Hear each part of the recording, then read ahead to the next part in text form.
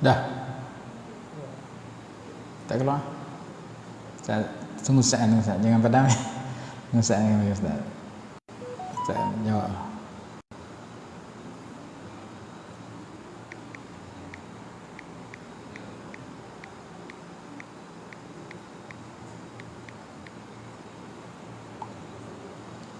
Okey.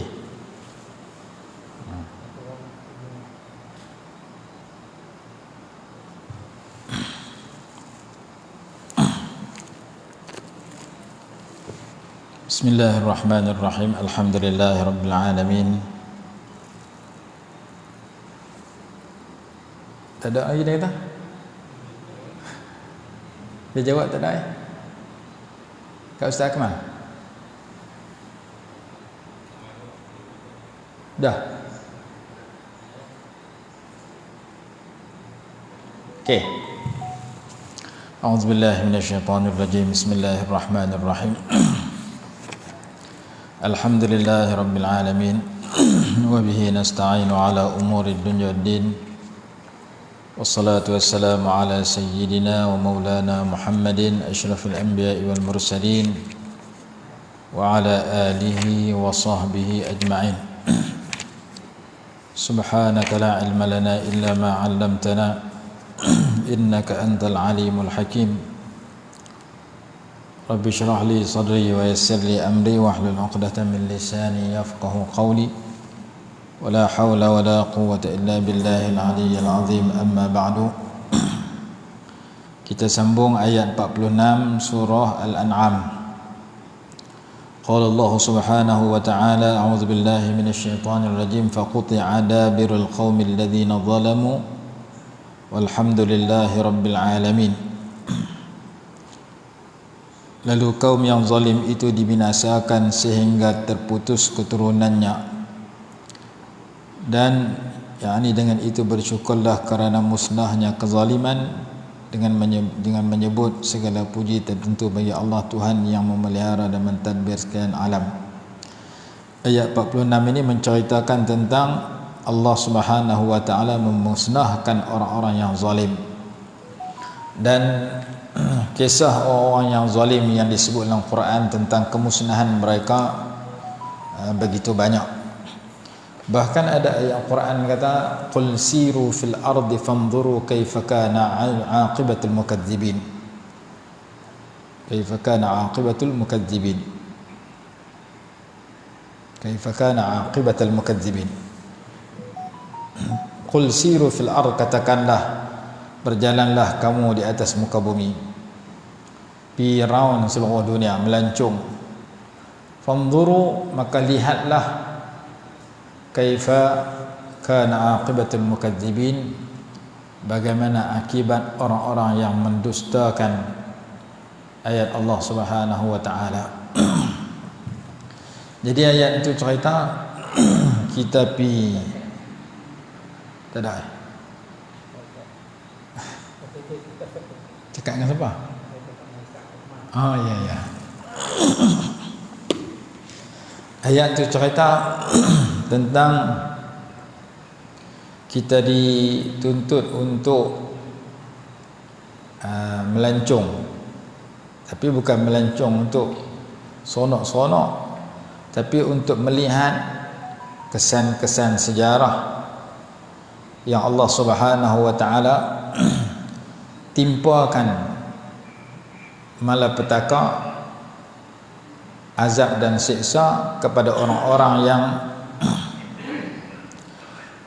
derhaka kepada Allah Subhanahu wa taala, orang yang mendustakan Allah Subhanahu wa taala. Sebagai contoh, kita baca satu cerita pagi ini yang berlaku di negara Yaman. Allah Subhanahu wa taala berfirman dalam Suratul Qalam ayat 17. Dalam Suratul Qalam, surah Qalam ni juzuk 29, selepas Suratul Mulk, kisah Ashabul Jannah, pemilik kebun. Inna balawnahum kama balawna ashabal jannati id aqsamu la yasrimunnaha musbihin. Sesungguhnya kami telah menimpakan kepada mereka dengan bala bencana sebagaimana kami timpakan kepada tuan-tuan punya kebun dari kaum yang lalu. Di mana kejadian ini berlaku? Di Yaman, dengan Sana'a lebih kurang 3-4 jam lah.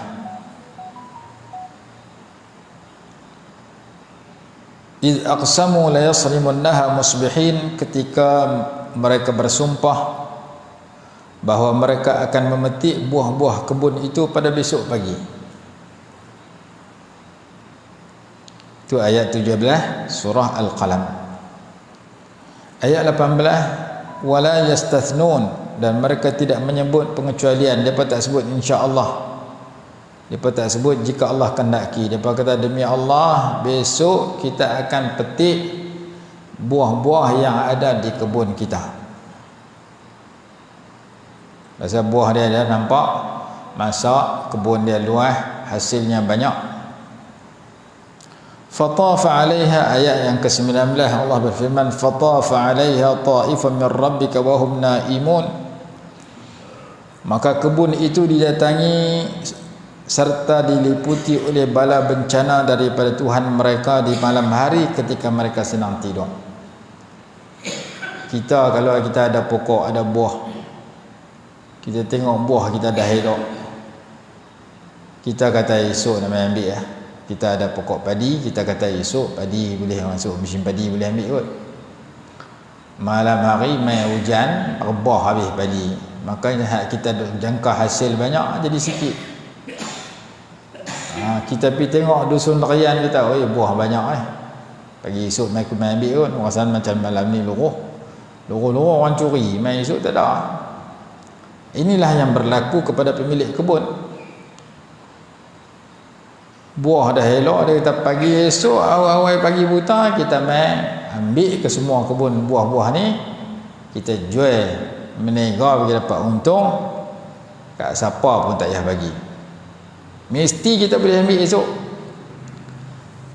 Oleh kerana mereka tak menyebut insya-Allah, malam hari Allah datangkan bala bencana membakar kebun menjadi hitam. Mangkit pagi esok tengok terbakar. Ayat Quran kata apa? Fatafa 'alaiha ta'ifun min rabbika wa hum naimun. Kebun itu didatangi oleh bala bencana ketika mereka sedang tidur. Tengah malam depa duduk di rumah, kebun depa terbakar. Hitam. Ayat 20 menyatakan fa asbahat kas-sarim, lalu menjadilah kebun itu di pagi hari seperti menjadi binasa semuanya. Ayat 21 fatanadaw musbihin, mereka memanggil antara satu sama lain di pagi hari. Pagi hari pakai gerak aku pi rumah kau ni, jom kita pi 4-5 beradik kita pi ambil buah yang kita tengok kemarin. Kalau lah ni kita pakai halo pagi ni kita nak jumpa tahu mana, nak pergi sarapan tahu mana, kita halo hantar WhatsApp, telefon. Depa pun bangkit pagi pakai panggil aku, jom kita berhimpun ramai-ramai pi ambil buah yang kita nak ambil kemarin. Anighdu ala harthikum in kuntum sarimin, ayat 22. Depa kata pergilah pagi-pagi awal pagi ke kebun kamu jika kamu mahu memetik buahnya. Ayat 23, fantalaqu wa hum yatakhafatun. Lalu mereka pergi sambil berbisik-bisik, cakap pelan-pelan, jangan cakap terang. Saya dengar kat orang fakir miskin dia minta zakat pula, dia minta sedekah kat kita pula, kita ambil buah banyak, dia kata mai sikit, tak sah. Pakai miskin kita tak sah duk niat nak bagi sedekah kat depa, kita hasilnya kita telan kat kita 100%. Depa bisik pelan-pelan sama-sama depa. fantalaqu wa hum yatakhafatun alla yadkhulanna al-yawma 'alaikum miskin. Ayat 24 menyatakan pada hari ini jangan sampai seorang pun fakir miskin masuk dalam kebun kita ni. Kita pi sama-sama, kita ambil jual satu patih telan, hasilnya kita nikmati bersama. Jangan ada sedekah walaupun sebiji buah, walaupun sekupang doa kepada fakir miskin. Ayat 25, wa ghadaw ala hardin qadirin.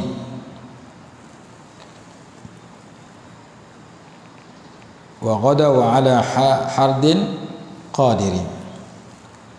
Dan pergilah mereka pada pagi hari itu dengan kepercayaan bahawa mereka berkuasa menghampakan fakir miskin dari hasil kebun itu.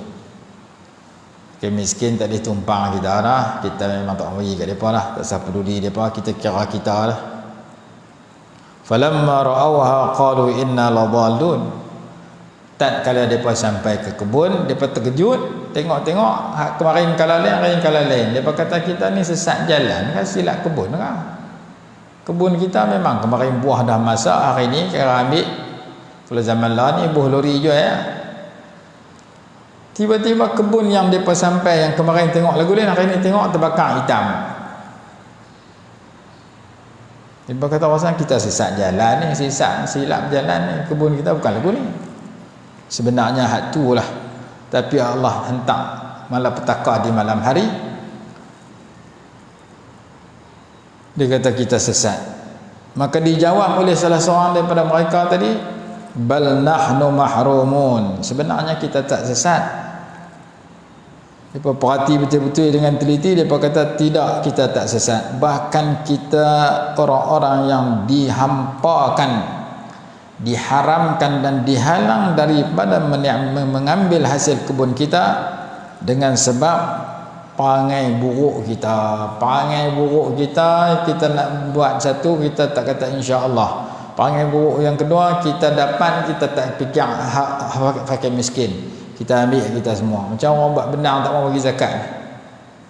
Padi aku 10 hodong dapat duit 100% aku ambil zakat, aku pejam mata tak ada siapa tahu. Bini aku tanya, aku kelang zakat lagi? Oh, kelang dah, pada aku telan semua 100%. Fakir miskin tak ada. Dalam minda aku zakat-zakat ni tak ada. Rugi aku. Ini perangai depa tak mau peduli kepada fakir miskin. Maka Allah Taala hentakkan malapetaka memusnahkan tanam-tanaman mereka. Orang buat bendang tak keluar zakat, tahun depan buat bendang pula, main macam-macam menatang, siput gondang lah apa semua. Hak bulan musim lepas banyak, musim ni sikit. Allah boleh hantar malapetaka merosakkan tanam-tanaman orang yang tak peduli kepada sumbangan kepada mereka yang fakir miskin. Salah seorang daripada mereka kata, qala awsatuhum alam aqul lakum laula tusabbihun. Berkatalah orang yang bersikap adil di antara mereka, bukankah aku telah katakan kepada kamu, naklah kamu semasa kamu nak mengambilkan, jangan menghampakan fakir miskin daripada habuannya. Amat elok sekiranya kamu menyati Allah serta membatalkan rancangan kamu yang jahat itu. Hampa nak ambil hasil dulu, kira diri hampa. Kat orang susah hampa tak peduli. Mereka menjawab, qalu subhana rabbina inna kunna zalimin. Mereka berkata dengan perasaan menyesal. Mereka kata, Maha suci Allah Tuhan kami, sesungguhnya kami adalah orang-orang yang berlaku zalim. Kami ni buat naya sebenarnya, sebab Allah bagi hasil yang melimpah ruah, kami kira kami saja. Orang susah kami tak peduli. Habaq pula kita pergi sama-sama mereka. Jangan bagi siapa-siapa fakir miskin main dekat dengan kebun kita. Fa aqbala ba'dhum 'ala ba'din yatalawamun, kemudian setengah mereka saling mencela di antara satu sama lain. Hang punya pasal jadi macam ni. Hampa punya pasal jadi macam ni. Daripada ramai-ramai itu ada yang baik seorang dua seorang kot. Kata kita tak boleh ambil kita semua. Depa pakat menyalahkan. Setelah Jahannam, hang salah, kau ni salah. Qalu ya wailana inna kunna taghin, mereka berkata aduhai celakanya kita, sesungguhnya kita adalah orang yang melampaui batas. Asa rabbuna an yubdilana khairan minha inna ila rabbina raghibun, semoga Allah menggantikan kepada kami yang lebih baik, kami sudah bertaubat. Sesungguhnya kami hanyalah kepada Tuhan kami berharap. Ini cerita nama dia Qissatu Ashabil Jannah, kisah pemilik-pemilik kebun yang berlaku di negara Yaman. Api mai tengah malam bakar kebun dia habis. Malapetaka mai yang depa agak nak ambil semua. Bahkan kebun tu, tempat api tu mai turun bakar tu jadi hitam sampai lah. Cuma kita nak pergi melawat tak boleh lah ni. Nak terbang tak boleh. Walaupun kita tak boleh pergi, kita boleh melawat melalui Google, melalui YouTube. Tulis dalam tu kebun hitam di Yaman, naik gambar satu tempat hitam daripada dulu ni sampai lah. Jadi tempat-tempat bersejarah yang dikisahkan dalam Quran sebahagiannya dipelihara oleh Allah sampai lah sebagai pengajaran kepada kita. Tu di Yaman. Kalau di Mesir, Tasik Qarun, luas macam laut, tengah padang pasir boleh ada air laut, air masin, ada nelayan tangkap ikan, ada kerang tepi jalan, ada tepi pantai, ada ikan. Dulunya darat, Allah suruh bumi telan Qarun dengan istana dia, dengan pengikut dia, dengan sampailah ni jadi macam laut. Nama dia Tasik Qarun. Di satu tempat nama dia Al-Fayyum. Saya pergi sekali lah melawat. Di Jordan, Laut Mati, sempadan antara Jordan dengan Palestin, ada satu laut nama dia Laut Mati. Itu perkampungan kaum Nabi Allah Lut yang Allah turun bala kepada mereka.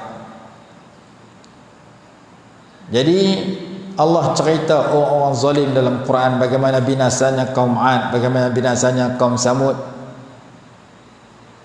bagaimana binasanya orang-orang yang menentang para nabi mereka, bercanggah dengan ajaran para nabi mereka, binasanya Fir'aun, binasanya Haman, binasanya Qarun, binasanya Namrud dan sebagainya, sebagai pengajaran kepada kita yang baca kisah-kisah itu, supaya kita tidak menjadi yang terlibat dengan kezaliman, kerana Allah dah hukum orang zalim di dunia lagi, dan sebahagiannya dikekalkan untuk menjadi pengajaran kepada mereka yang di zaman belakang. Jadi kalau orang pergi Yaman dulu ni sebelum perang tu, turun ke terbang di Sana'a, salah satu tempat lawatan dia bertanya, nak pergi melawat tak tempat Tanah Hitam?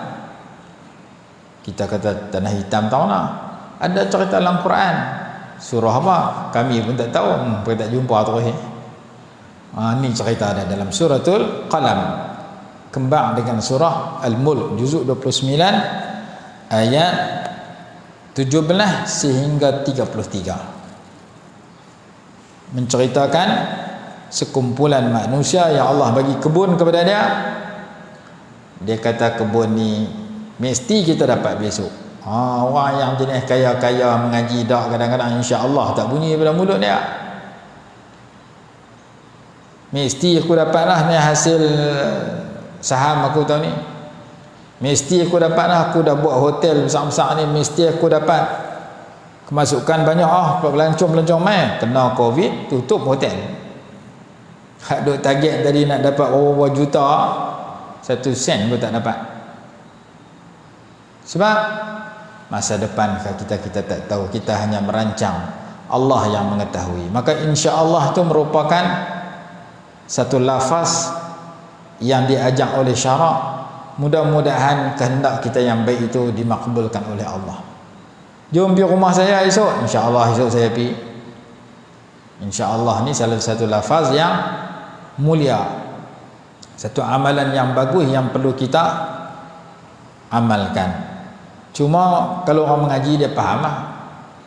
Jom pergi rumah saya esok, insya-Allah esok saya sampai. Dia pun balik abang kat isteri dia, ustaz tu saya panggil main rumah, dia kata nak main esok. Tapi kalau orang tak mengaji, jom pergi rumah saya esok, insya-Allah esok saya sampai pagi. Dia balik abang bini dah, dia tak main lah rumah kita. Pasal apa? Dia kata insya-Allah, bukan dia nak main sungguh-sungguh pun. Bagi dia insya-Allah tu tak betul dia, tak serta mesti kata mesti aku pergi esok ni. Dia nak tu. Wala taqulu inni fa'ilun dhalika ghada illa an yasha Allah, dalam suratul Kahfi. Jangan kamu kata aku nak buat sekian besok melainkan jika Allah berkehendak. Maka puak ni pun gitu esok mesti kita ambil kebun kita. Wala yastasnun, tak ada kata insya-Allah pun. Jika Allah kehendaki, Allah Ta'ala tak ada dalam minda mereka masa tu lupa. Mereka nampak harta kekayaan ni mesti kami dapat, hasil yang begitu banyak, dan hasil ni kita tak usah fikir tentang hak kepada fakir miskin, sumbangan dan sebagainya. Kita kira kita semua tengah malam terbakar hitam habis. Ini satu peristiwa bersejarah yang menceritakan tentang kaum itu berkata kami buat naya betul lah, buat zalim. Bukti dia Allah hentak malapetaka malam tadi tengah kami tidur, hari ini tak dapat apa yang kami rasa, yang kami yakin boleh dapat. Maka kita lihat ada orang yang menega, dia merasa dia boleh untung, datang satu masalah, perniagaan dia pergi oleh. Ada orang ada bendang, dia rasa dia boleh ambil padi, datang banjir, rebah habis padi dia. Nak dapat 20 gundi jadi 5 gundi. Ada orang ada kebun, dia rasa kebun dia ni naik bunga durian banyak ni, tak musim ni aku durian kaya. Kera main terajang habis bunga-bunga durian dia habis, boleh sikit. Jadi di samping kita berusaha, kita kena bergantung dengan Allah Ta'ala. Di samping kita berusaha, hasil usaha kita jangan kita telan kat kita sama 100%.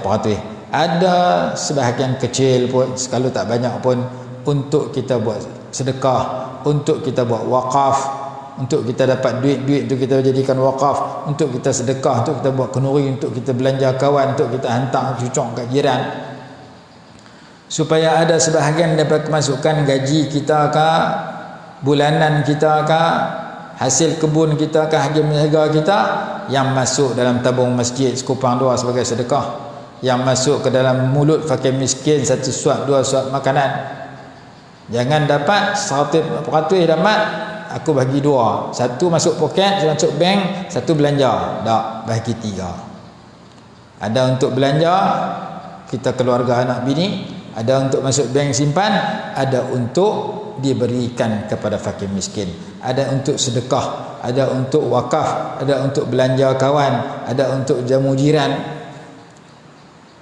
Bagi ada 3. Walaupun hak nombor 3 ni sikit, tapi jangan 2 saja. 2 saja, iaitu aku dapat gaji aku 3,000, aku belanja 2,000, aku simpan 1,000. Aku belanja 2,900, aku simpan 100. Yang penting gaji aku dapat 2 bahagian. 1 bahagian simpan, 1 bahagian belanja. Tak, dia kena 3. 1 bahagian simpan, 1 bahagian belanja untuk keluarga dan diri kita, 1 bahagian lagi ada kita buat kebajikan di sudut yang ketiga. Sama ada kebajikan itu sedekah atau wakaf atau buat kenduri, beli nasi lemak hantar bagi orang makan kuliah subuh contohnya. Banyak nasi lemak tu, hamil kuliah subuh 20 orang, 20 bungkus, RM20. Aku kalau tekat nak bagi kat orang, tekat RM2, beli bagi kat jiran, cuak pada.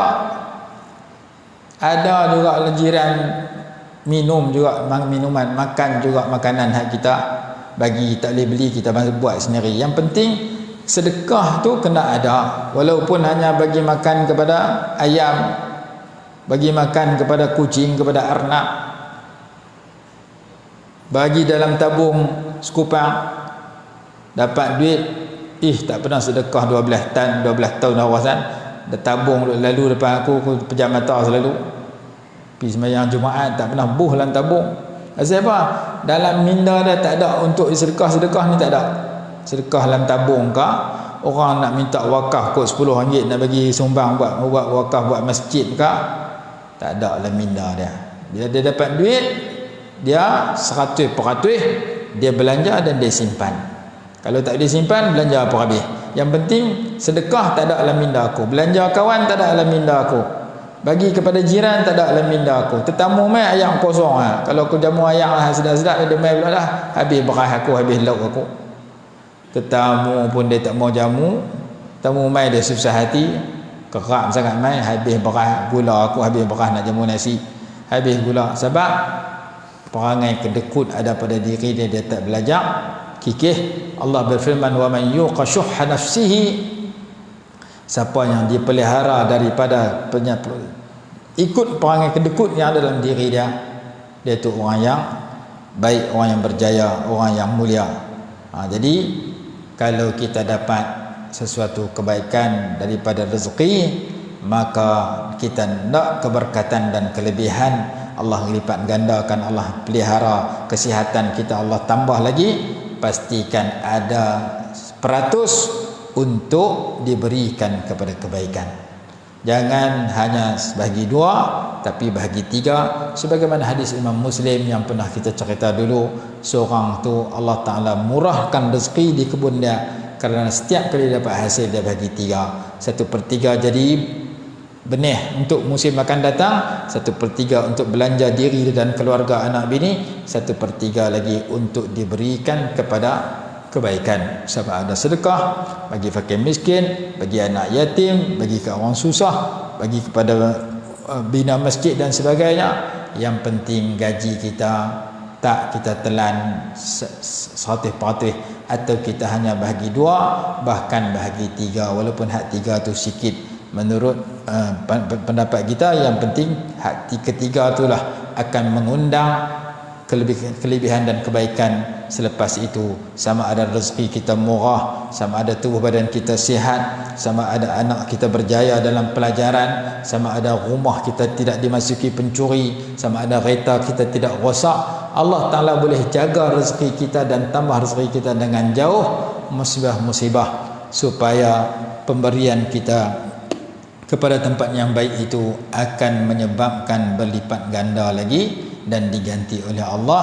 Dalilnya ayat dalam surah Saba, wa ma anfaqtum min syai'in fa huwa yukhlifuh.